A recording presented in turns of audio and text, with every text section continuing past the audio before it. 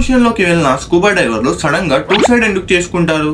ఇది ఏం దయ్యం కథలు కాదు, ఇది ప్యూర్ మెడికల్ సైన్స్.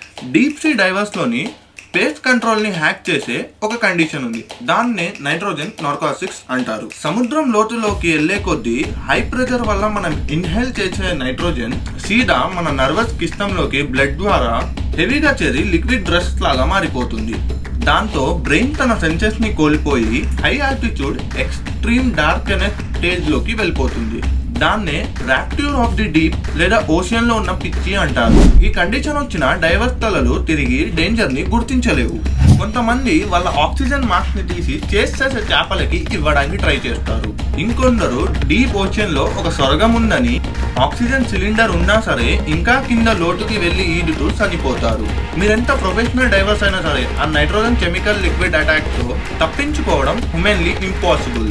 సముద్రం తన రహస్యాన్ని తెలుసుకోవాలని వచ్చిన హ్యూమన్ బ్రెయిన్ ని ఆటోమేటిక్ గా కంట్రోల్ చేసి తినేస్తుంది. అందుకే అనిపిస్తుంది